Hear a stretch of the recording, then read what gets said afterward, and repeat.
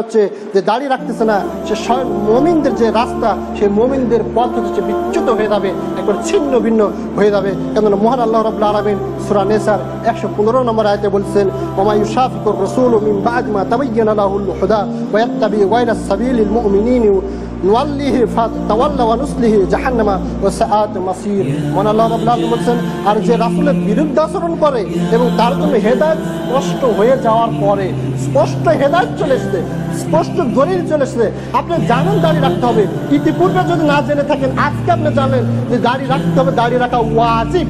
দাড়ি রাখা আমরা অনেকে সুন্নাতে বলি, হ্যাঁ দাড়ি রাখা সুন্নাত, হুকুমের দিক হতে দাড়ি রাখাটা হচ্ছে ওয়াজিব প্রত্যেকটা।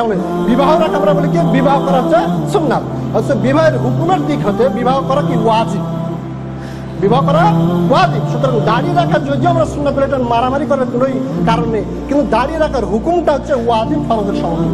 দাড়ি রাখতেই হবে যে কোনো মূল্যে, যেটা রাসূল আল্লাহ তাআলা বলছেন। আর যে রাসূলের বিরুদ্ধে আচরণ করে এবং তার জন্য হেদায়েত প্রকাশ হওয়ার পরে এবং মুমিন পথের বিপরীত পথ অনুসরণ করে, মহান আল্লাহ তাআলা বলছেন মুমিন প্রথম সারির মুমিন কারা ছিলেন বলেন তো? প্রথম সারির মুমিন কারা ছিলেন? সাহাবায়ে কেরাম। তাহলে প্রথম সারির মুমিন ছিলেন সাহাবায়ে কেরাম। আল্লাহ তাআলা বলছেন যারা মুমিনের পথে বিপরীত পথ অবলম্বন করে, বিপরীত পথে চলে, তাহলে সাহাবায়ে কেরামের চরিত্র, সাহাবী কেরামের আচরণ, সাহাবী কেরামের পথ, দাড়ি রাখা না দাড়ি চাচা, কোনটা?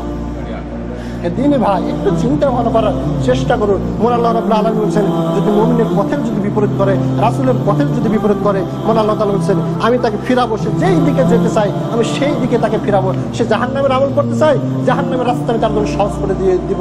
জাহান্নাম দাড়ি শেষে যদি তার চাকরি যদি পায়, আমি চাকরির রাস্তা সহজ করে দেবো। আল্লাহ বলছেন যেই দিকে সে যেতে চায়, জান্নাতের পথে যদি যেতে চায় তাহলে জান্নাতের দিকে নিয়ে আসবো, আর জাহান্নামের পথে যদি সে যেতে চায় আমি জাহান্নামের পথে ফিরাবো। তারপর মহান আল্লাহ রাব্বুল আলামিন বলছেন, আর তাকে আমি কাল কিয়ামতের দিন জাহান্নামের মধ্যে নিক্ষেপ করবো। অতঃপর আল্লাহ তাআলা বলছেন ওয়া সাআত মাসীরা, কতই না নিকৃষ্ট, কতই না মন্দ স্থল হচ্ছে জাহান্নাম, আল্লাহ বলছেন।